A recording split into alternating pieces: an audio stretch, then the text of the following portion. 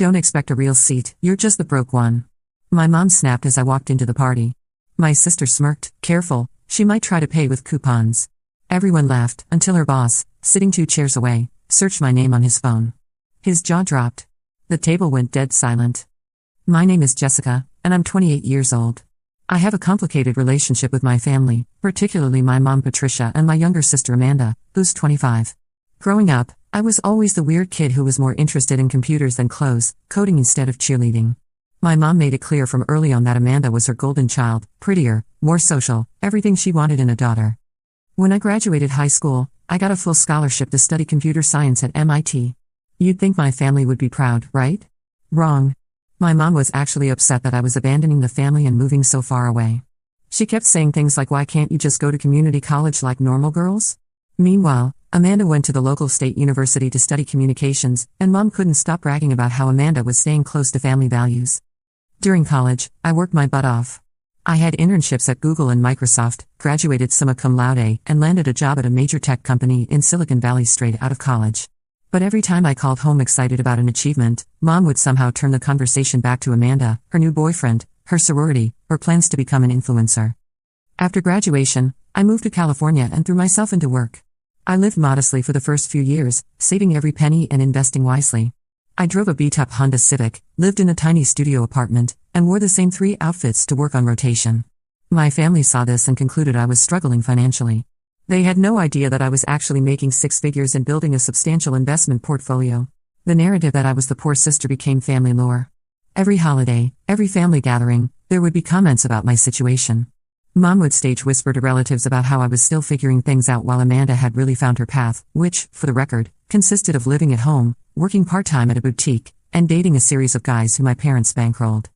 3 years ago, I co-founded a startup with 2 MIT classmates. We developed AI-powered logistics software that revolutionized supply chain management.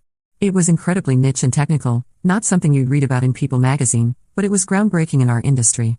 We worked 80-hour weeks for 2 years, living on ramen and coffee, pouring everything into this company. Last year, our startup was acquired by Amazon for $340 million. My share was $85 million. Overnight, I went from struggling tech worker to multimillionaire. But here's the thing, I didn't tell my family. Not because I'm secretive, but because I'd learned over the years that sharing good news with them just led to them finding ways to diminish it or make it about Amanda somehow. I did upgrade my lifestyle somewhat. I bought a beautiful house in Palo Alto, got a Tesla Model S, and started dressing better. But when I visited home, I still drove my old Honda and dressed down. Why? Because I'd grown tired of their attitude and honestly, I wanted to see how long they'd keep treating me like the family failure. The setup: 2 months ago, Amanda got engaged to her boyfriend Derek. Derek's a nice enough guy, he works in sales for a mid-sized company and makes decent money, around $75,000 a year. Nothing wrong with that, but the way my family talked, you'd think he was Bill Gates. Mom immediately started planning this elaborate engagement party, inviting everyone we've ever known. When Mom called to invite me, the conversation went like this: Mom, Jessica, Amanda's engagement party is on Saturday the 15th. It's going to be at the Riverside Country Club. Me, that sounds lovely. I'll be there. Mom, now, I need to be honest with you about something. This is a very upscale event, and there's a dress code. I don't want you to feel uncomfortable. Me, what kind of dress code? Mom, cocktail attire. And Jessica, if you can't afford something appropriate, I can lend you money for a dress. I just don't want you showing up in those casual clothes you usually wear. I bit my tongue. Thanks, Mom. I'll figure something out. Mom, also, I should mention that Derek's boss will be there. He's a very important businessman, and Amanda wants to make a good impression. So please, just try to blend in and not draw attention to your situation. My situation? As if being successful in tech was some kind of embarrassing medical condition. The party was set for 7 p.m. on a Saturday. I decided this was the night I was done hiding who I'd become. I went shopping and bought a stunning black cocktail dress by Diane von Furstenberg, $800, which I could now afford without thinking twice. I got my hair and makeup done professionally, and I put on the diamond earrings I bought myself after the acquisition, a little $15,000 treat that I'd never worn around family. I pulled up to the country club in my Tesla. I'd driven it down from San Francisco specifically for this night. As I walked into the venue, I could feel eyes on me. I looked good, and I knew it. The party was in full swing. About 60 people were there, family, friends, Derek's colleagues, and various social connections my mom had cultivated over the years. Amanda looked beautiful in a white dress, glowing with happiness. For a moment, I felt genuinely happy for her. Despite everything, she's still my sister. I spotted my mom across the room talking to a group of her friends. She saw me and her expression immediately shifted. She excused herself and walked over with a look I recognized from childhood, the look that meant I was about to be scolded. "Jessica," she said, giving me a once-over. "You look different." "Thanks, Mom. You look great too." She leaned in closer. "Where did you get that dress? And those earrings?" Her voice had a suspicious edge. "I bought them." "With what money?" "Jessica, please tell me you didn't put yourself into debt for this party. Amanda would feel terrible if she thought you were struggling even more because of her engagement." I took a deep breath. "I'm not in debt, Mom." She looked skeptical but was interrupted by Amanda bouncing over with Derek in tow. "Jess, you made it." Amanda hugged me, and for a second, it felt like old times. Then she stepped back and looked me up and down. "Wow, you really dressed up. This must have cost. Well, I hope you can still make rent this month." Derek looked embarrassed. "Amanda, don't, what?" "I'm just being realistic. We all know Jess is still figuring out her finances," she said it with a sweet smile that didn't reach her eyes. The dinner. When it came time for dinner, everyone moved to the main dining room. There were 6 round tables set up, each seating 10 people. I followed the crowd, looking for my assigned seat. Mom intercepted me. "Jessica, about your seating." I found my name card. I was at table 6, the table closest to the kitchen, furthest from the head table where Amanda, Derek, and the VIPs were sitting. Looking around, I realized table 6 was where they'd put the miscellaneous guests, some distant cousins, a few of Derek's college buddies, and Derek's elderly aunt who was hard of hearing. But that's not what made my blood boil. What made me angry was that there were only 9 chairs at table 6, and mine was clearly a folding chair that had been added as an afterthought. Everyone else had the nice upholstered chairs that matched the venue's elegant decor. Mom noticed me staring. "Now, Jessica, don't make a scene. We had to make some adjustments with the seating arrangements." "Why is my chair different from everyone else's?" She lowered her voice. "Because we had to add an extra seat at the last minute, and, well, we figured you'd understand. It's just practical." "You figured I'd understand what, exactly?" Mom's voice got that sharp edge it always had when she was about to say something cutting. "Don't expect a real seat when you're just the broke one in the family, Jessica. We can't all have the same accommodations." Her words hit me like a slap. Around us, conversations continued, but I felt like everyone was watching. Amanda appeared at Mom's shoulder, having overheard. "Mom's right, Jess. I mean, we love you, but we had to prioritize seating for Derek's business contacts and people who are in a position to give nice gifts." Amanda's smirk was subtle but unmistakable. "Careful though, she might try to pay with coupons." The comment was loud enough that several people nearby heard it. Laughter rippled through the immediate area. Not malicious laughter, but the kind of awkward chuckling people do when someone makes a joke that's a little too harsh but they don't want to seem uptight. I felt my face flush with humiliation and anger. But I kept my composure. "Interesting perspective," was all I said. I took my seat at the folding chair and tried to focus on the dinner conversation at my table. Derek's college friends were actually pretty nice guys, and his elderly aunt turned out to be a retired math teacher with fascinating stories. But I kept catching glimpses of the head table, where Derek's boss, a distinguished man in his 50s, was holding court. The awkward dinner conversation. As I sat at my folding chair, trying to make the best of the situation, I couldn't help but overhear conversations from the other tables. At table 2, I could hear Mom loudly explaining to some family friends about Amanda's brilliant career trajectory and how Derek was such a catch with his sales job. "Amanda has always been so focused and ambitious," Mom was saying. "She really knows how to network and make connections. Not like some people who just hide behind computers all day." The dig was clearly meant for me, even though she was speaking to people 3 tables away. I felt my jaw clench, but Derek's elderly aunt, Muriel, patted my hand. "Don't let them get to you, dear," she whispered. "I've been watching this family dynamic all evening, and frankly, it's appalling how they treat you." I was surprised by her directness. "It's okay, really.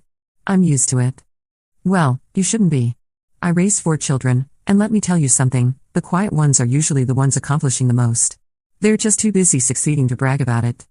Her words hit deeper than I expected. One of Derek's college friends, Mike, leaned in. "So Jessica, what do you actually do in tech? You mentioned something about logistics earlier." I glanced toward the head table, where Amanda was holding court about her latest Instagram collaboration with a local boutique. "I develop software that helps companies optimize their supply chains. Basically, I create systems that help businesses save money and run more efficiently." "That sounds incredible," said another friend, Jake. "Like, how much money are we talking about?" Before I could answer, I heard Amanda's voice carry over from the head table. "Oh, that's just Jessica trying to make her job sound important. She basically does data entry for some small company. The comment wasn't directed at our table, but it was loud enough that several people heard it. I felt my face flush with embarrassment and anger. Mike and Jake exchanged uncomfortable looks. Actually, I said, my voice carefully controlled, I don't do data entry. I designed artificial intelligence systems that can predict supply chain disruptions before they happen. It's quite complex, involving machine learning algorithms and predictive modeling. Aunt Muriel smiled. That sounds fascinating, dear. Tell us more. As I began explaining my work, really explaining it, not the watered-down version I usually gave my family, I noticed that people from neighboring tables had started listening in. My voice was carrying further than I realized, and the technical details of AI development seemed to captivate even people who had no background in technology. So you're saying you can predict when a shipping delay will happen before it actually happens? Asked a woman from table 5. In many cases, yes. Our algorithms analyze thousands of variables, weather patterns, traffic data, historical shipping routes, even social media sentiment that might indicate labor disputes. The AI can often predict disruptions days or even weeks in advance. That's like having a crystal ball for business, Mike said, genuinely impressed. More like having a really, really smart calculator, I laughed. But the impact is similar. Meanwhile, I could see Mom getting increasingly agitated at the head table. She kept glancing over at our animated discussion, clearly annoyed that attention was being diverted from Amanda's celebration. Finally, she stood up and walked over to our table. Jessica, she said in a voice that was trying to sound casual but had a sharp edge, you're being rather loud. This is Amanda's night, remember? I was just answering questions about my work, I replied evenly. Well, maybe save the technical talk for another time. People are here to celebrate Amanda and Derek, not to hear about your computer thing. The dismissal in her voice was so casual, so automatic, that it actually took my breath away. After all these years, she still couldn't even pretend to value what I did. Jake, bless him, spoke up. Actually, Mrs. Patterson, we were really interested in what Jessica was telling us. It sounds like cutting-edge stuff. Mom's smile became strained. I'm sure it's very nice, but, Mom. The voice came from behind her. Amanda had approached our table, looking slightly annoyed. What's going on over here? People keep looking this way. Your sister is just sharing about her job. I was trying to remind her that tonight is about you. Amanda looked at me with that familiar expression, part condescension, part annoyance. Jess, seriously? You're over here acting like some kind of tech guru? We all know you're just doing basic IT work. The conversation at nearby tables had quieted. People were now openly watching our family drama unfold. I'm not doing basic IT work, Amanda. I'm a software engineer specializing in artificial intelligence applications. Amanda laughed, but it wasn't a kind laugh. Come on, Jess. Don't oversell it. Derek told me you work for some tiny startup that probably won't even exist next year. Actually, the company I co-founded was acquired by Amazon last year, I said quietly. The words hung in the air. Amanda's expression shifted from amusement to confusion. What do you mean, acquired? I mean Amazon bought our company. For a significant amount. Mom was staring at me now. Jessica, what are you talking about? You drive that old Honda, you wear the same clothes. Because I choose to. Because I don't need to prove my worth through material possessions. But if Amazon really bought your company, you'd have money. Real money. Before I could respond, Amanda scoffed. Mom, she's obviously exaggerating. If Jessica had real money, don't you think we'd know about it? Why would you know about it? I asked. When was the last time any of you asked about my life without immediately changing the subject or making a joke about my finances? The question hung in the air. Around us, other guests were pretending not to listen while obviously hanging on every word. Jessica, don't make a scene, Mom hissed. I'm not making a scene. I'm just tired of being treated like the family failure when you don't actually know anything about my life. Derek had now joined the group around our table, looking increasingly uncomfortable. Maybe we should. No, it's fine, Amanda interrupted. Let Jessica tell us all about her big Amazon deal. I'm sure it's totally real and not at all exaggerated. The sarcasm in her voice was unmistakable. I looked around at the faces surrounding me, my mother's skeptical expression, Amanda's smirk, Derek's discomfort, and the curious faces of the other guests who had been drawn into our family drama. You know what? I said, standing up from my folding chair. Forget it. This is exactly why I don't share things with this family. Oh, come on, Jess, Amanda said. Don't be dramatic.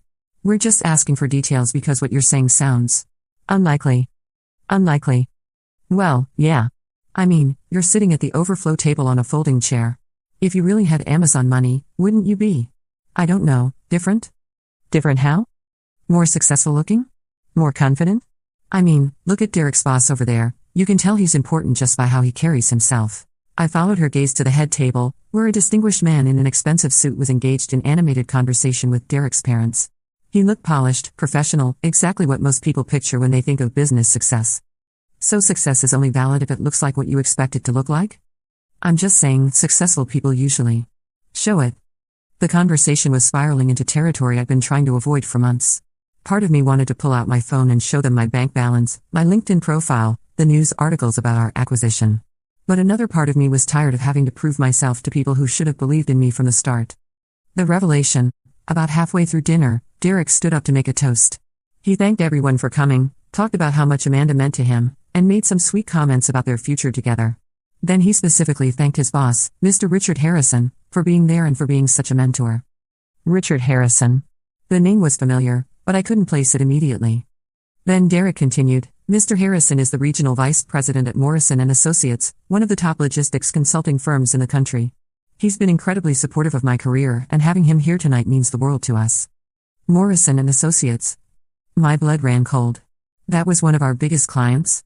They'd been using our AI software for the past 18 months, and it had revolutionized their operations.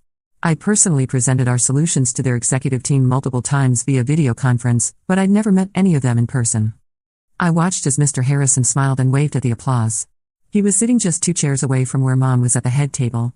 I could see him clearly, and suddenly I realized why his name was familiar. He'd been in several email chains I'd received about the Morrison & Associates account. He'd specifically praised our software in company-wide emails that our sales team had forwarded to us. As Derek's toast ended and conversations resumed, I noticed Mr. Harrison had pulled out his phone. From my angle, I could see that he was looking at LinkedIn. He seemed to be searching for something. Then I saw him type my name. My full name is Jessica Marie Chen Wang. I'm half Chinese on my father's side, a detail that somehow never gets mentioned in my family's narratives about me. On LinkedIn, my profile is comprehensive. It lists me as co-founder and CTO of the startup that Amazon acquired. It mentions the acquisition without specific numbers, but describes it as a significant strategic acquisition. My profile picture is professional, very different from how I looked in my casual clothes at family gatherings. I watched Mr. Harrison's face as he found my profile. His expression changed dramatically. His eyebrows shot up, and he leaned forward to read more carefully. Then he looked across the room, scanning until his eyes found me. Our eyes met across the room, and I saw recognition dawn on his face. He looked back at his phone, then at me again. His jaw literally dropped. The change in his demeanor was immediate and obvious. He stood up abruptly, nearly knocking over his chair. The sudden movement caught the attention of everyone at the head table. Excuse me, he said loudly enough that conversations at nearby tables paused. Is there a Jessica Chen Wang here tonight?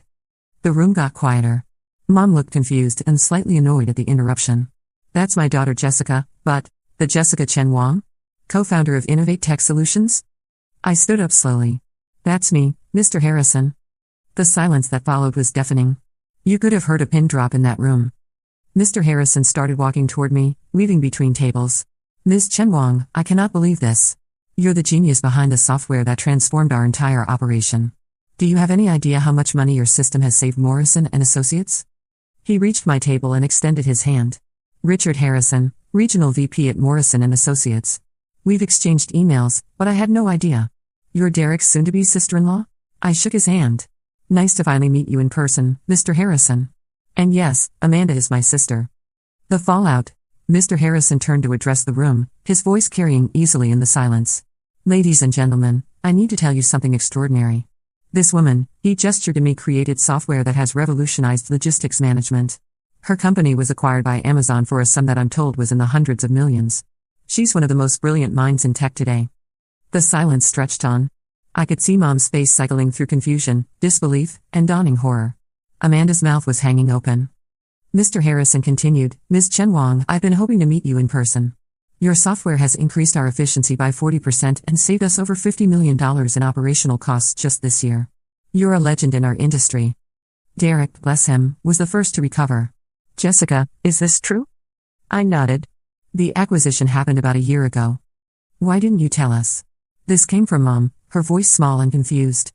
I looked at her, then at Amanda, then at the folding chair I'd been assigned. When was the last time anyone in this family asked me about my work? When was the last time anyone showed interest in my life beyond making jokes about my financial situation? The room was still dead silent, but now people were pulling out their own phones. I could see them Googling my name, finding articles about the acquisition, about our technology, about the industry recognition I'd received. Mr. Harrison was still standing next to my table. Ms. Chen Wang, would you do me the honor of sitting at our table? I'd love to discuss some ideas I have for expanding our partnership. I looked at the head table, then at my folding chair. Actually, Mr. Harrison, I'm perfectly comfortable here. These are lovely people. Derek's college friends were grinning at the turn of events, and his aunt was patting my arm proudly. But Mr. Harrison wasn't done. He raised his voice again. I have to ask, who planned the seating for tonight? Because putting one of the most successful entrepreneurs in Silicon Valley at the kids' table seems like a significant oversight. More silence. Then one of Derek's friends at my table started laughing. Dude, Jessica's been telling us about optimizing supply chains for the last hour, and we thought she was just really into logistics. The laughter broke some of the tension, but the damage was done. Everyone was now Googling me, finding my Forbes interview from 6 months ago, my TechCrunch profile, the MIT Alumni Magazine article about successful female entrepreneurs. The aftermath. The party continued, but the entire dynamic had shifted. Instead of being ignored, I found myself surrounded by people wanting to talk to me. Derek's business colleagues, family friends who worked in corporate settings, even some of Mom's society friends who suddenly found my tech thing fascinating. Mom kept trying to approach me, but every time she got close, someone else would intercept me with questions about entrepreneurship, investment strategies, or the tech industry. I could see her getting increasingly frustrated. Amanda, meanwhile, had gone quiet. She was still the star of the evening, it was her engagement party, after all, but the narrative had changed. Instead of being the successful sister with a struggling sibling, she was now the one whose sister was a multimillionaire entrepreneur. About an hour later, I decided I'd made my point. I found Derek and gave him a genuine hug. Congratulations, Derek. I'm really happy for you both. Jessica, I'm sorry about how you've been treated. I had no idea. It's not your fault. You've always been kind to me. I found Amanda near the bar. She looked like she'd been crying. Amanda, today is your day. You look beautiful, Derek adores you, and you should be celebrating. I hugged her. I love you, you know. I always have. But I said those things about. And the coupon joke. God, Jessica, you must think I'm such a bitch. I think you're my little sister who's been influenced by some toxic family dynamics. But that doesn't change the fact that I want you to be happy. Finally, I approached Mom. She was standing alone by the window, looking out at the country club's golf course. Mom. She turned to me, and I could see she'd been crying. Jessica, I don't understand. Why didn't you tell us? Because every time I tried to share something I was proud of, it got minimized or ignored. Because every family gathering became about my failures and Amanda's successes. Because I got tired of being treated like the family disappointment. But we never meant. I thought you were struggling. You drive that old car, you dress so casually. I drive that old car because it's reliable and I don't need to impress anyone. I dress casually because I work in tech, where results matter more than appearance. And I kept quiet about my success because I wanted to see if anyone in this family loved me for who I am, not what I've achieved. Mom was quiet for a long moment. I failed you, didn't I? I sighed. Mom, you have 2 daughters. You've spent so much energy making one of us feel special that you made the other feel invisible. That's not sustainable for a family. Can we fix this? I looked at her, really looked at her, and saw not the critical, dismissive mother I'd been dealing with for years, but a woman who realized she'd made some serious mistakes. We can try, I said. But it's going to require some real changes in how this family operates. The investigation. What happened next was like watching dominoes fall in slow motion. After Mr. Harrison's announcement, the room erupted into hushed conversations as people pulled out their phones. I could hear fragments of whispered exchanges. Is she really? Google says Amazon acquisition. Look at this Forbes article. $35 million. The number floating around was wrong, it was actually much higher, but I wasn't about to correct anyone. The damage to my family's narrative was already complete. Mom had gone pale and sat down heavily in her chair. She kept looking at me like I was a stranger. Amanda, meanwhile, had disappeared entirely. I later learned she'd gone to the bathroom to have what she called a complete emotional breakdown. Derek was trying to manage the situation with admirable grace. Well, he said with a nervous laugh, I guess we're all learning new things about the family tonight. Mr. Harrison was still standing near my table, and he wasn't done. Ms. Chen Wang, I have to ask, are you currently taking on any consulting projects? Because I've been trying to get a meeting with your team for months. I do some consulting work, I replied carefully. Though I'm quite selective about projects. Of course. Someone of your caliber would be. He pulled out his business card. Would you consider having lunch next week? I have some ideas that I think would be perfect for your expertise. I could feel every eye in the room on us. This wasn't just about the money anymore, it was about respect, recognition, the kind of professional acknowledgement I'd been craving from my family for years, now happening in front of everyone. I'd be happy to discuss it, I said, accepting his card. As Mr. Harrison returned to his table, the whispered conversations continued. I noticed several people approaching the head table, clearly asking Mom and Amanda questions. From their expressions, my family was having a very difficult time explaining how they'd managed to so thoroughly misunderstand my situation. Derek's father, a usually quiet man who ran a small accounting firm, came over to my table. Jessica, I owe you an apology. I've been in business for 30 years, and I should have recognized success when I saw it. The way your family talked about you. Well, it didn't match what I observed. What do you mean? The way you talk about complex problems, the confidence you have when discussing technology, even the way you handle yourself in social situations. These aren't the traits of someone who's struggling. I should have asked more questions instead of accepting assumptions. His words meant more to me than he could know. Here was someone who barely knew me, but had been paying enough attention to see through the family narrative. The confrontation. About an hour after Mr. Harrison's revelation, Mom finally approached me. She looked like she'd aged 5 years in the span of an evening. Jessica, we need to talk. Do we? Please. Can we go somewhere private? I followed her to a quiet corner of the venue, near the windows overlooking the golf course. For a moment, we just stood there in silence. Why? She finally asked. Why what? Why didn't you tell us? Why did you let us think?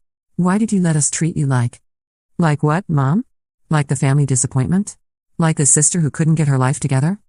Mom's eyes filled with tears. We never meant to make you feel that way. Didn't you?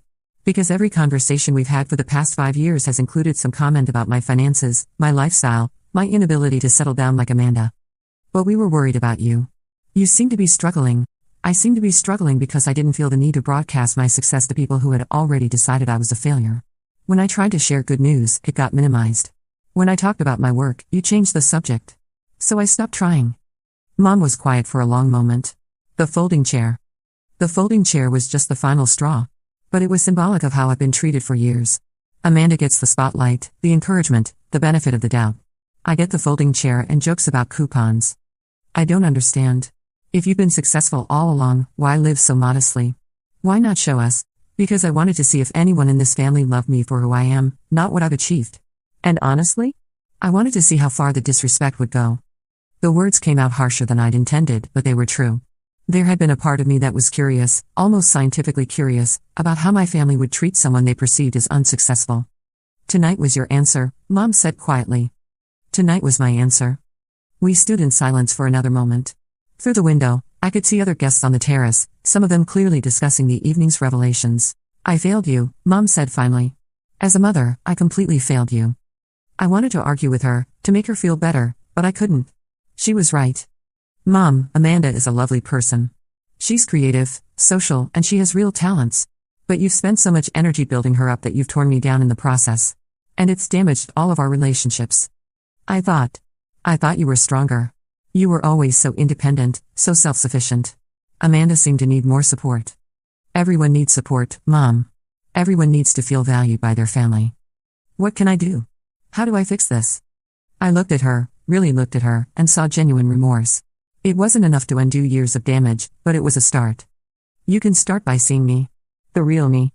Not the version of me that exists in your head, but who I actually am. What I actually do. What I've actually accomplished. I want to try. And you can apologize to me. In front of everyone. Because what happened tonight, the seating, the comments, the dismissiveness, that was humiliating. And I deserve better from my own mother. Mom nodded, tears flowing freely now. You do. You absolutely do. The apology. When we returned to the main room, the party was winding down, but most people were still there. Mom walked to the microphone that Derek had used for his earlier toast. Excuse me, she said, her voice shaky but determined.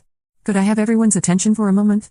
The room quieted down, though I could sense people's curiosity about what would happen next.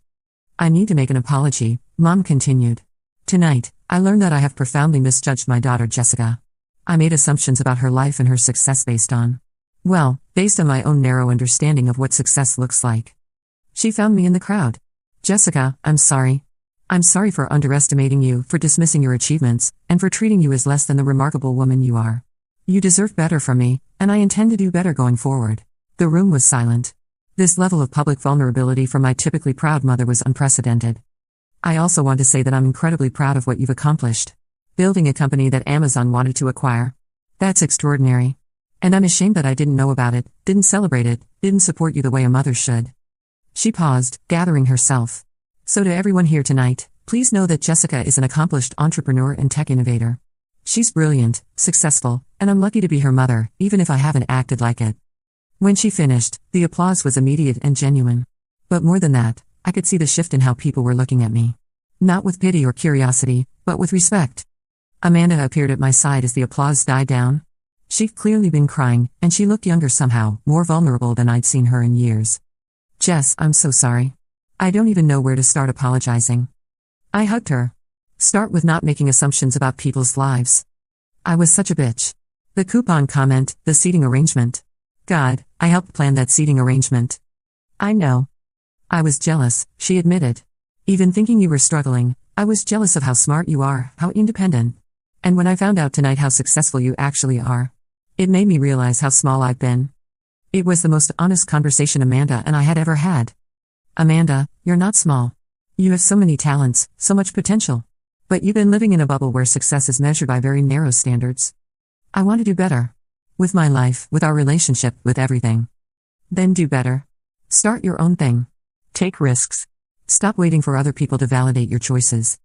She nodded, wiping her eyes. Will you help me? I know I have no right to ask after tonight, but, of course I'll help you. You're my sister. I wish I could say that everything changed overnight, but real life isn't that neat.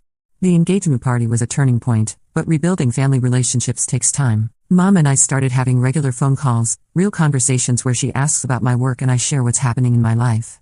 She's made a genuine effort to understand my industry and has even read some articles about female entrepreneurs to better relate to my experiences. Amanda and I are closer than we've been in years. The engagement party shock forced her to examine some of her own attitudes and behaviors. She started her own small business, a social media consulting firm, and often calls me for advice. She's actually quite good at it, and I've been able to help her make some valuable connections. Derek and Amanda got married 3 months ago. This time, I was seated at the family table, and I gave a heartfelt speech about both of them. Amanda asked me to be her maid of honor, which felt like a genuine gesture of reconciliation. The most surprising development has been my relationship with Mr. Harrison and Morrison and Associates. Our casual conversation at the engagement party led to a consulting contract worth $2.3 million annually. I now advise them on digital transformation strategies, and it's some of the most satisfying work I've done. I also finally told my family the real numbers from the acquisition. Mom's reaction was priceless. She literally sat down and fanned herself with her napkin. But more importantly, the revelation led to honest conversations about money, success, and family expectations that we should have had years ago. Reflections. Looking back, I realize I played a role in this whole situation too. By hiding my success, I enabled the family dynamic that had hurt me for so long. I was so focused on proving that I didn't need their validation that I forgot they couldn't celebrate achievements they didn't know existed. But I also learned something important. You can't force people to respect you, but you can stop accepting disrespect. Sometimes the most powerful thing you can do is simply stop playing by rules that weren't designed for your success. The folding chair became a symbol in our family now, not of exclusion, but of assumptions we made about each other. Mom actually kept it in her garage for a while as a reminder, though I finally convinced her to donate it to charity. Amanda sent me a text last week that said, "Remember when I thought you might pay with coupons? Turns out you could have bought the whole restaurant." We laughed about it, but there was an understanding beneath the humor. We both knew how much had changed. The real victory. The petty part of me enjoyed watching everyone's faces when they realized who I really was. But the real victory wasn't in their shock or embarrassment. The real victory was in reclaiming my narrative and demanding better treatment from the people who should have been supporting me all along. I'm still the same person I was before that party. I still prefer coding to cocktail parties, still drive my old Honda sometimes just because I like it, still think the best conversations happen over pizza at 2 a.m. while debugging code. But now my family sees and values those parts of me too. And Derek's boss? Mr. Harrison has become a real mentor and friend. He often says that engagement party was one of the best networking events he's ever attended, even though he had no idea he was networking. Final thoughts. To anyone dealing with family members who consistently underestimate or dismiss you, you don't owe anyone proof of your worth, but you do owe yourself the respect of not accepting poor treatment. Sometimes you have to be willing to walk away from the table, even if it's just a folding chair at the kids' table, to make people realize what they're losing. And to the families out there, ask your quiet relatives what they're working on. Listen to their answers. Celebrate their successes. You might be surprised by what you learn. That folding chair taught me something important. The seat at the table isn't what matters. What matters is having people who want you there, who value your presence, who see your worth. I'm grateful that my family finally learned that lesson too, even if it took a very public reality check to get there. Sometimes the best revenge is just living well, and letting people discover exactly how well you've been living all along. TLDR, family treated me like the broke failure while golden child's sister got all the praise. At sister's engagement party, they literally gave me a folding chair and made jokes about me paying with coupons. Sister's fiancé's boss happened to be there, Googled my name, and discovered I'm a multimillionaire tech entrepreneur whose software saves his company millions. Awkward silence ensued. Family relationships are slowly healing, but damn, that moment of recognition was sweet. Edit. A lot of people are asking about the specific software we developed. Without giving away proprietary information, I can say it uses machine learning algorithms to predict supply chain disruptions and optimize routing in real time. Think of it as giving computers the ability to see into the future of logistics and make adjustments before problems happen. It's incredibly nerdy and incredibly lucrative. Edit 2. Yes, I'm aware that I could have handled this situation differently. No, I don't regret the way things played out. Sometimes shock therapy is the only thing that works on deeply entrenched family dynamics. And yes, Amanda and I are genuinely close now. We're planning a sister's trip to Japan next spring. Edit 3. To everyone asking about investment advice, I'm not a financial advisor, just someone who got lucky with timing and had some good mentors.